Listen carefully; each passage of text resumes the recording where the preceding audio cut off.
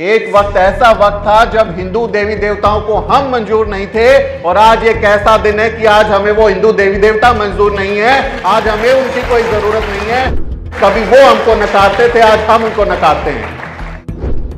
करवा चौथ रखने से उनके पति अमर नहीं हो जाएंगे, मंगलसूत्र पहनने से उनके पति हमेशा जो है जीवित नहीं रहेंगे, नारियल फोड़ने से, किसी के ऊपर तेल चढ़ाने से, किसी के ऊपर भंडारा करा देने से, सवा मणि लगा देने से, जागरण करा देने से कोई भला नहीं होगा, कोई फायदा नहीं होगा।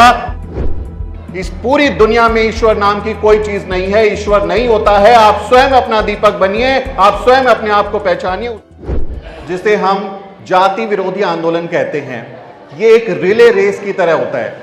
आपने एक रेस देखी होगी जिसमें एक खिलाड़ी भागता है, हाथ में बैटन लेके भागता है।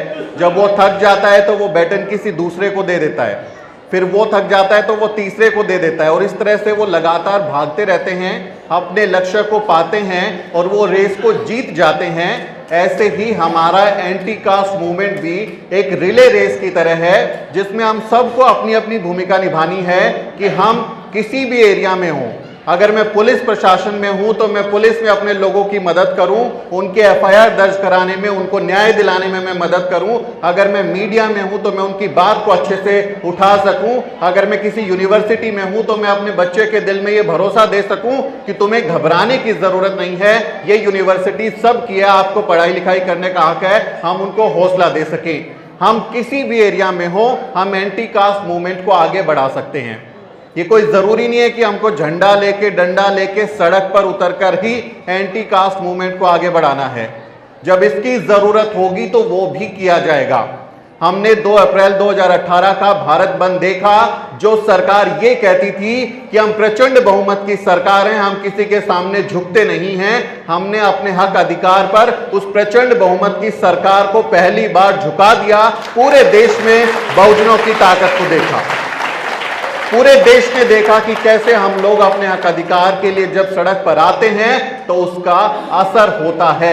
इसलिए जब जरूरत होगी तो सड़क पर भी आएंगे, लेकिन हर बार सड़क पर ना आके हम अच्छे अच्छे काम करके अपने अपने विभाग में, अपने एरिया में, अपनी एक्सपर्टीज के साथ भी हम अपने लोगों का भला कर सकते हैं। हम अपने लोगों के साथ कम्युनिटी फीलिंग को डेवलप कर सकते हैं और एक दूसरे का हौसला बढ़ाते हुए एंटी कास्ट मूवमेंट में अपनी भूमिका निभा सकते हैं। इसलिए मैं बार बार ये बात कहता हूं कि हमें सिर्फ समाज सेवी नहीं चाहिए कि सिर्फ सबके सब समाज सेवी बन जाएं, झंडा लेके, डंडा लेके, कि अब हम तो जो है जातिवाद को खत्म करेंगे, हम तो इस देश को बौद्ध में भारत बनाएंगे। ये हमारा मिशन जरूर है, लेकिन हर आदमी यही काम करेगा, इससे भी भला होने वाला नहीं है। आपको अपने पत्रकार चाहिए, आपको अपनी मीडिया चाहिए। आप में से कितने हमारे लोग पत्रकारिता में किसी एंकर को जानते हैं, किसी जर्नलिस्ट को जानते हैं, किसी बड़े टीवी चैनल अखबार के एडिटर को जानते हैं? आपको नाम ढूंढने से भी नहीं मिलेगा, क्योंकि हमारे लोग हैं ही नहीं। आप में से कितने लोग किसी दलित बहुजन आदमी को, सीए को जानते हैं, जो चार्टर्ड अकाउंटेंट का काम करता है? ढूंढने से भी नहीं मिलता। आपके अच्छे बैंकर्स हों, आपके अच्छे इंश्योरेंस एडवाइजर हों, आपके अच्छे डॉक्टर्स हों, आपके अच्छे टीचर्स, प्रोफेसर्स हों, लेखक हों, इंटेलेक्चुअल प्रॉपर्टी आपके पास में हो, ये भी बहुत जरूरी है कि हम एंटी कास्ट मूवमेंट को जब आगे लेके जाएंगे तो हम अपने संस्थान खड़े करें, हमारे पास अपने लोगों का नेटवर्क हो, हमारे पास अपने लोगों की कम्युनिटी। हमको पता होना चाहिए कि अगर मैं विशाखापट्टनम में जाता हूं, मैं तेलंगाना में जाता हूं, मैं लक्षद्वीप जाता हूं, मैं कश्मीर जाता हूं, तो मेरे समाज के लोग वहां पर हैं जो एंटी कास्ट मूवमेंट को आगे बढ़ा रहे हैं, और हम एक दूसरे की मदद करने के लिए तत्पर रहें। आप वो देखिए, मेरी नानी एक बात कहती थी हमेशा, मेरी नानी कहती थी कि ये जो जातिवादी लोग हैं और जो कौवे हैं, ये एक जैसे होते हैं। एक कौवे को आपने पत्थर मार दिया तो सारे काऊ का करके इकट्ठे हो जाते हैं। वैसे ही जो जातिवादी लोग हैं, एक आदमी को हाथ लगाते हो तो सारे के सारे गिरोह बनाकर इकट्ठे हो जाते हैं और हमारे लोगों को परेशान करते हैं। तो वो अपने जातिवादियों के साथ खड़े हो सकते हैं, वो अपने हत्यारों के साथ खड़े हो सकते हैं, वो अपने अपराधियों के साथ खड़े हो सकते हैं, तो क्या आप और मैं अपने पीड़ित व्यक्ति के साथ नहीं खड़े हो सकते? यह हमारी जिम्मेदारी है कि कम से कम हम अपने पीड़ित व्यक्ति के साथ खड़े हों, हम अपने समाज के व्यक्ति के साथ खड़े हों। लेग पुलिंग करना, कि टांग खींच देना, अरे ये कैसा अम्बेडकरवादी है, ये तो मंदिर में इसकी पुरानी फोटो निकल के आ गई है, पहले मंदिर में जाता था, ये कैसा अंबेडकरवादी है, इसकी पत्नी तो सिंदूर लगाती है। ये कैसा अंबेडकरवादी है, इसकी पत्नी तो मंगलसूत्र पहनती है। ये कैसा अंबेडकरवादी है, ये नवरात्रि में जो है वो हलवा पूरी बांट रहा है। तो हमें इससे भी सुधरना चाहिए। मैं इस बात को बिल्कुल ईमानदारी से कहता हूं कि हमें ये लेग पुलिंग करना भी हमें छोड़ना चाहिए। अंबेडकरवादी पैदा नहीं होते हैं, अंबेडकरवादी बनते हैं। कुछ लोग घर की परवरिश से अंबेडकरवादी बनते हैं।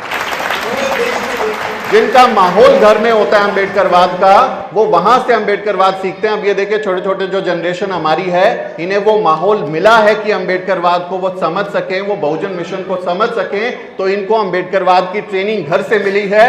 कुछ लोग पढ़ लिख कर अंबेडकरवादी बनते हैं। मैंने पहली बार बाबा साहेब डॉक्टर अंबेडकर की एनालिसिस ऑफ कास्ट, जाति का विनाश किताब कॉलेज में पढ़ी थी। कॉलेज से किताब खरीदी और ट्रेन में जाते हुए घर तक वो किताब पढ़ी, और उस पूरी किताब ने मेरी जिंदगी बदल दी। मैं धार्मिक अंधविश्वास से निकल के, मैं पाखंड से निकल के, मैं कर्म कांड से निकल के तथागत बुद्ध की ओर मुड़ा।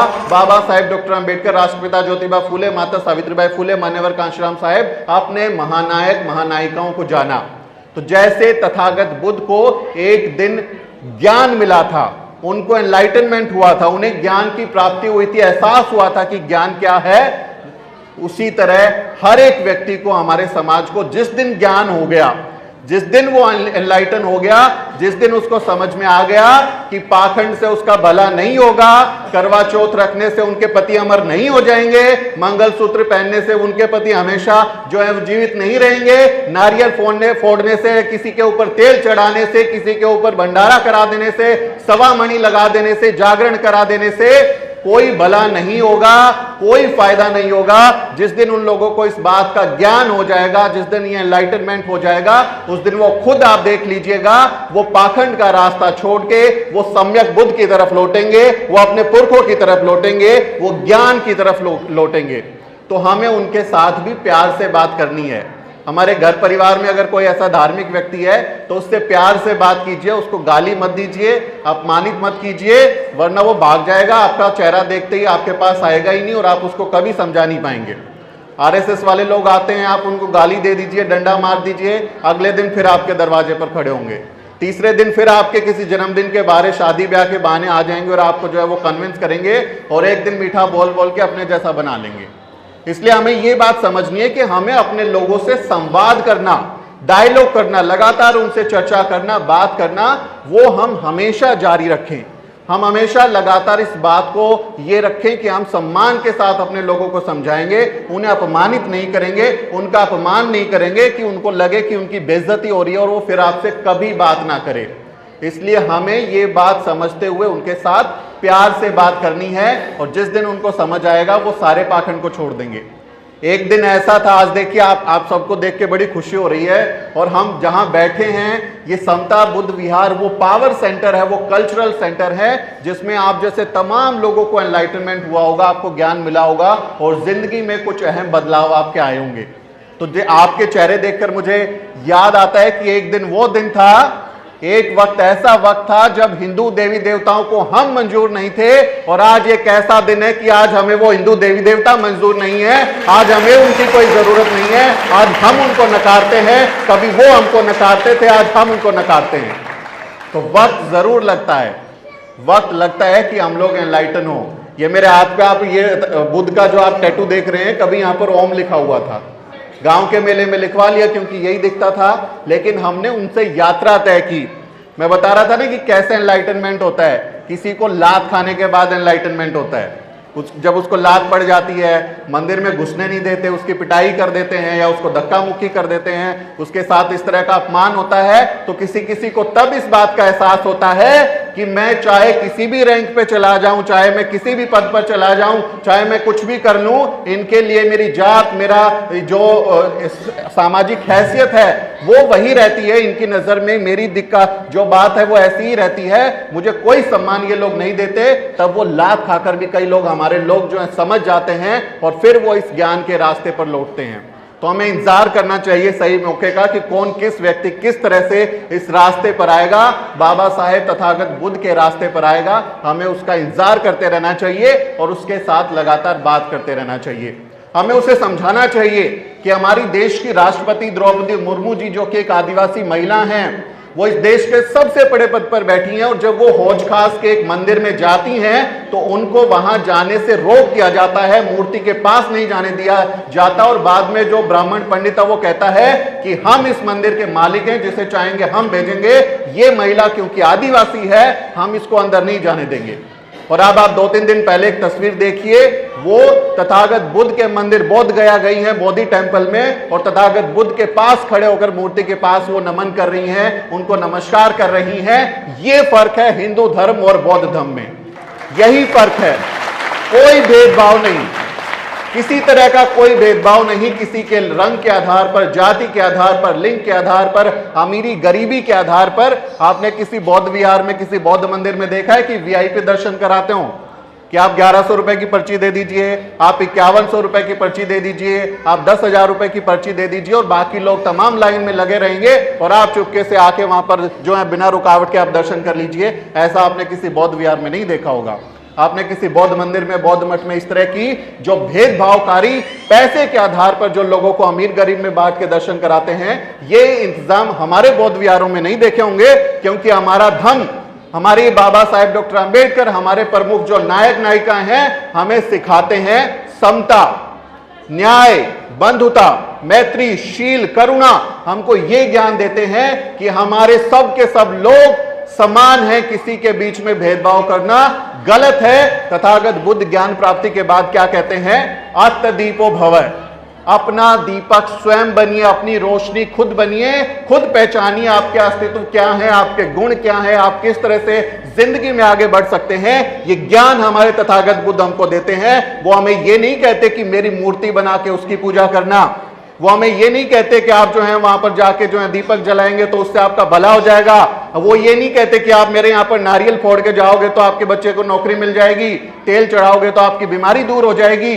वो क्या कहते हैं? तथागत बुद्ध कहते हैं इस पूरी दुनिया में ईश्वर नाम की कोई चीज नहीं है, ईश्वर नहीं होता है। आप स्वयं अपना दीपक बनिए, आप स्वयं अपने आप को पहचानिए, उसी से आप जो है आगे बढ़ सकते हैं। मैं कोई ईश्वर नहीं हूं, मैं कोई मुक्तिदाता नहीं हूं, मैं मार्गदाता हूं, मैं रास्ता दिखाने वाला हूं। मैं आपको रास्ता दिखाऊंगा कि आप कैसे बेहतर जिंदगी की तरफ जा सकते हैं, कैसे आप अपनी जिंदगी को बेहतर बना सकते हैं। मैं आपको एक अच्छा जीवन जीने का रास्ता दिखा सकता हूं।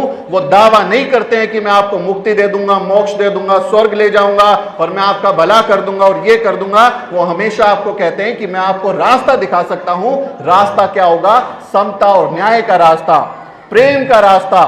वो नफरत का रास्ता नहीं दिखाते हैं। इसीलिए सम्राट अशोक ने जब वो कलिंग युद्ध लड़ रहे थे, तमाम मारकाट उन्होंने देखी और कितनी सारी उन्होंने लड़ाइयां अपनी जिंदगी में लड़ी थी, लेकिन जब उन्हें एनलाइटनमेंट हुआ, जब वो तथागत बुद्ध की तरफ लौटे, तो उनको ज्ञान के साथ वो एहसास हुआ कि शांति और प्रेम ही इस दुनिया को बनाए रखने के लिए सबसे जरूरी है। नफरत जो है दुनिया को मिटाती है, मोहब्बत इस दुनिया को आबाद करती है। और उसके बाद वो जो है धम्म के रास्ते पर जाते हैं और तथागत बुद्ध की तरफ लौटते हैं। और वो सम्राट महान अशोक जो चक्रवर्ती सम्राट हैं, पूरे इस भारत के उपमहाद्वीप में बौद्ध धर्म को आगे बढ़ाते हैं, बौद्ध धर्म की दीक्षा लेते हैं, उनके शिलालेख बनवाते हैं। और हमें उनका शुक्रिया अदा करना चाहिए कि सम्राट अशोक ने जो शिलालेख बनाए, जो स्मारक बनाए, वो आज एक जिंदा सबूत हैं कि बौद्ध जो थे, जो बौद्ध धर्म था, वो कितना फल फूल रहा था, कितना इस बौद्ध में, भारत में उसका अस्तित्व था। वरना आप देखें उनको मिटा दिया गया, उनको छुपा दिया गया, मिट्टी में दफन कर दिया गया। हमको पता ही नहीं चलता कि हमारी पुरखों की विरासत आखिर थी क्या। उनको जोड़ दिया राम से कि राम जो है वो जीत के आए थे, दशहरा रावण को मार डाला था। अभी हमारे पूर्व के वक्ता बता रहे थे, वाल्मीकि रामायण से वो कोट करके बता रहे थे कि सिर्फ पोगापंथी है, सिर्फ ये कपोल कल्पित कहानियां हैं। हम लोगों को मूर्ख बनाने के लिए, हमारा का जो ब्रेन वॉश करने के लिए कहानियां रची गई हैं। इन कहानियों से हमें यह भी सीखना चाहिए कि ये लोग कितने ताकतवर हैं, कितना इनका कब्जा है चीजों पे, चाहे वो किताब लिखना हो, चाहे वो कहानियां गढ़ना हो। पुरखे इनके यही काम करते आए हैं, सदियों से इनका एजेंडा यही रहा है। और इनकी भावना, इनकी विचारधारा कितनी ज्यादा मजबूत हो गई है, उससे हमें अंदाजा लगाना चाहिए कि कैसे इन्होंने दलित बहुजन समाज के, पिछड़े समाज के इतिहास को मिट्टी में मिला दिया। और आज हमारे बहुत सारे लोग सम्राट महान अशोक को भूल के आज रावण के पुतले को देखने के लिए जाएंगे कि कैसे उसमें आग लगाई जाएगी। ये उनकी विचारधारा की आप कहें कि ताकत को आप समझ सकते हैं कि वो कितने ज्यादा मजबूत हैं।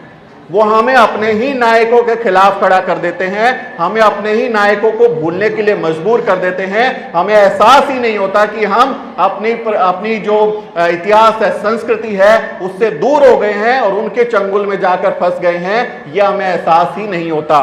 इसलिए हमें जरूरत है कि हम अपने इतिहास को जानें। बाबा साहब डॉक्टर अंबेडकर क्या कहते हैं? जो व्यक्ति अपना इतिहास नहीं जानता वो कभी इतिहास बना भी नहीं सकता।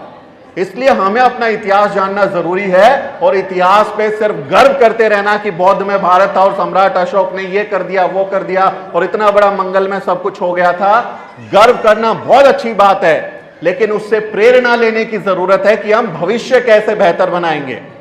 गर्व करके उस प्रेरणा से आगे बढ़ने का रास्ता ढूंढने की जरूरत है कि हम आने वाले दिनों में जो चुनौतियां हमारे सामने हैं, क्या हम उससे निपटने के लिए तैयार हैं? क्या हम आने वाले दिनों में अपने बच्चों के भविष्य को बेहतर बनाने के लिए तैयार हैं, या सिर्फ ये बताते रहें कि एक जमाने में बौद्ध में भारत था, भारत की मिट्टी के कण कण में बौद्ध निकलेंगे? वो तो सच है, उसको स्थापित करने की जरूरत नहीं, हर कोई जानता है। लेकिन क्या आने वाले दिनों में बौद्ध में भारत की तरफ हम लोग बढ़ रहे हैं?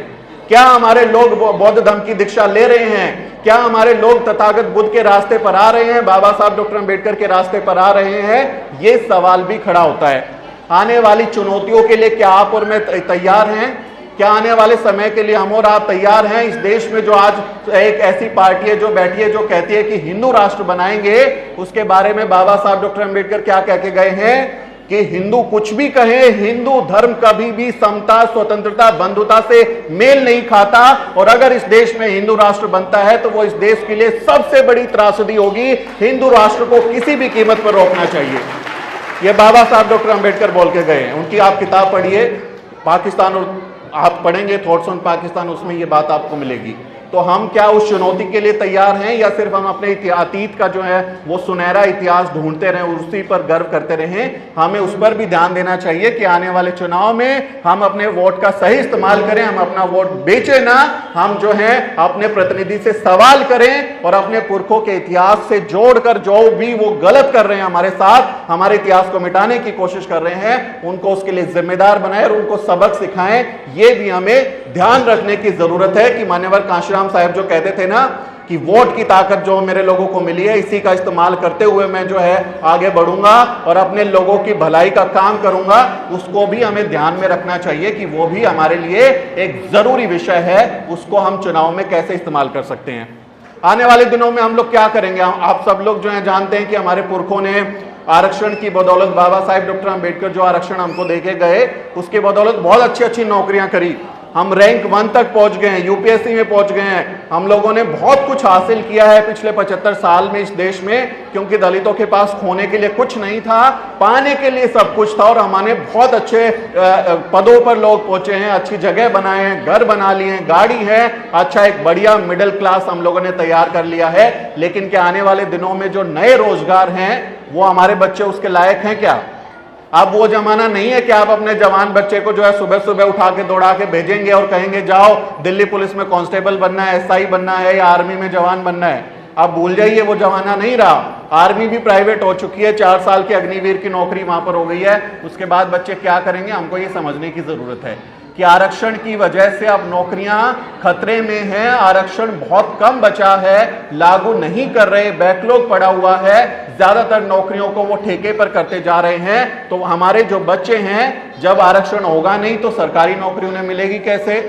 अब क्या होगा? ये पूरी दुनिया प्राइवेट होती जा रही है, प्राइवेटाइजेशन, कॉर्पोरेटाइजेशन होता जा रहा है, जिसमें सब के सब जो विभाग हैं सरकार अब कंपनियों को दे रही है। लेकिन कंपनियों के लिए क्या हम लोग तैयार हैं? क्या हमारे बच्चों को उस तरह की एजुकेशन हम दे रहे हैं, उस तरह के कोर्सेज हम करवा रहे हैं कि आने वाले 10 साल 20 साल के बाद जब इस देश में, इस दुनिया में आरक्षण वाली नौकरियां कम हो जाएंगी, हमारे बच्चे उसके लिए कंपीट कर पाए? क्या हम अपने बच्चों को आर्टिफिशियल इंटेलिजेंस पढ़ा रहे हैं, जिसको एआई कहते हैं?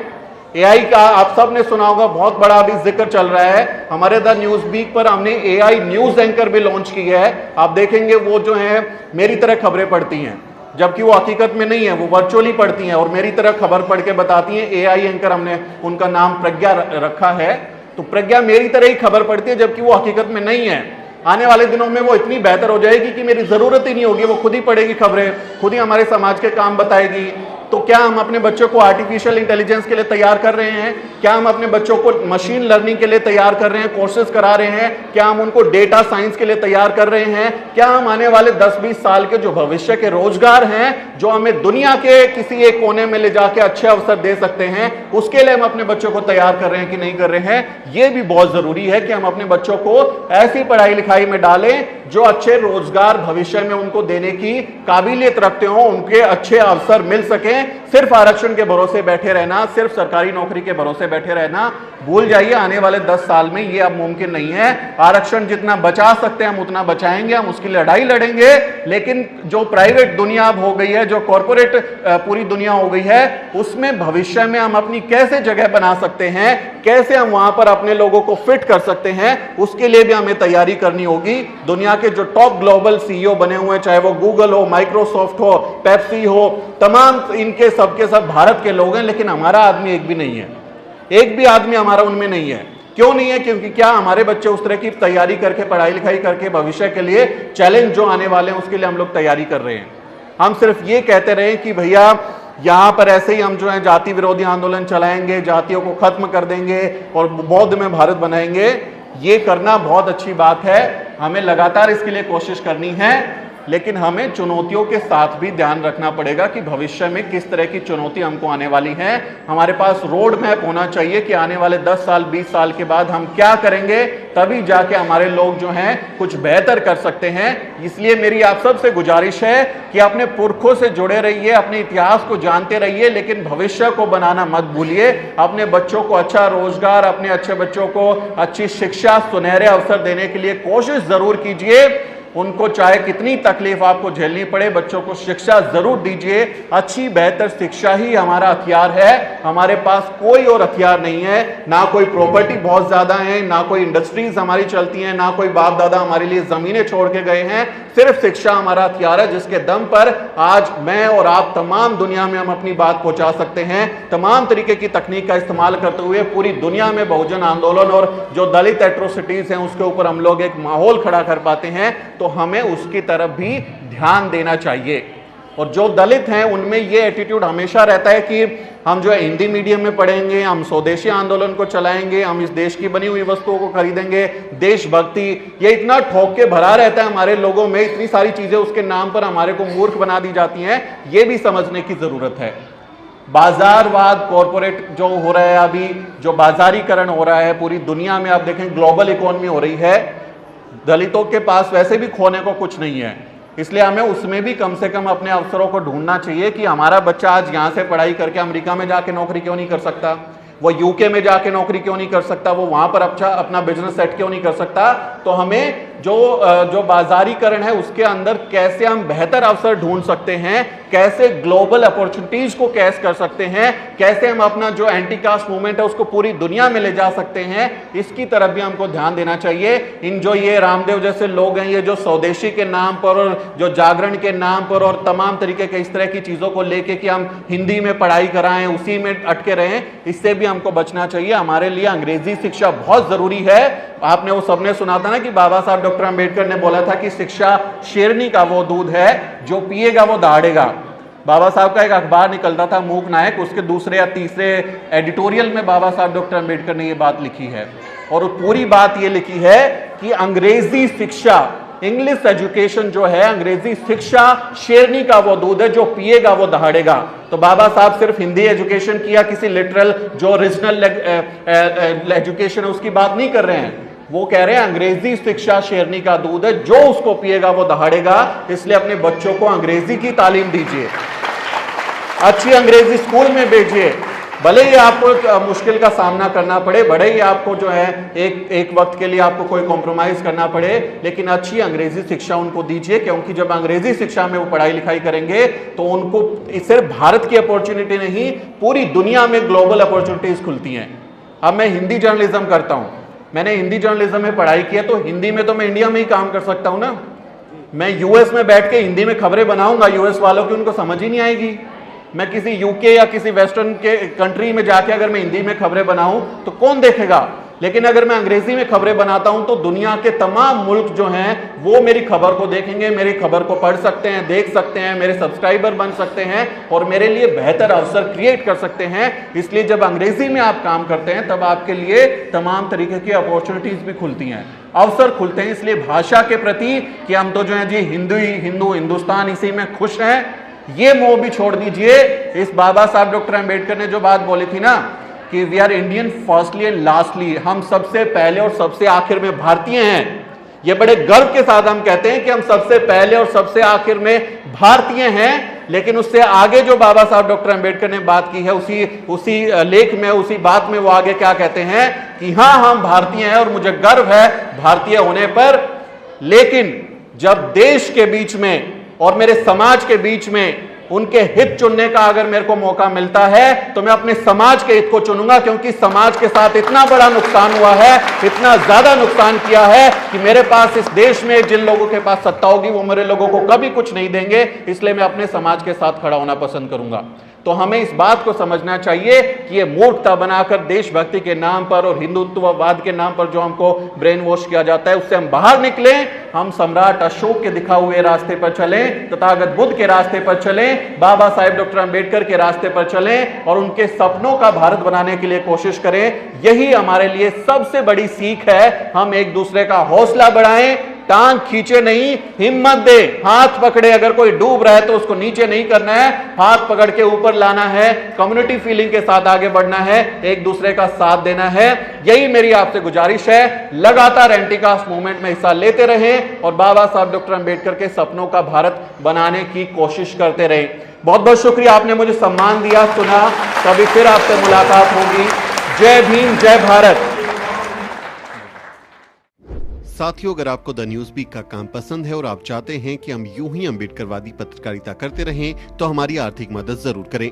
आप अपनी स्क्रीन पर दिखाई दे रहे इस क्यूआर कोड को स्कैन करें और न्यूज वीक फाउंडेशन के खाते में अपनी दान की राशि भेजें। क्यूआर कोड के अलावा आप यूपीआई के जरिए भी मदद कर सकते हैं। आप हमारी यूपीआई आईडी newsweek@yes बैंक पर भी मदद भेज सकते हैं। इसके अलावा आप हमारे अकाउंट में भी मदद भेज सकते हैं। खाते का नाम है news week foundation, account number है 02358800000640। IFSC कोड है YESB000235। बैंक का नाम यस बैंक है और ब्रांच है नेहरू पैलेस, दिल्ली। आप डोनेशन के एवज में इनकम टैक्स में भी छूट पा सकते हैं। डोनेशन की रसीद पाने के लिए ट्रांजैक्शन का स्क्रीनशॉट हमें भेजें। टाइप करें डोनेशन स्पेस आपका नाम और हमें 8595794224 पर व्हाट्सएप करें।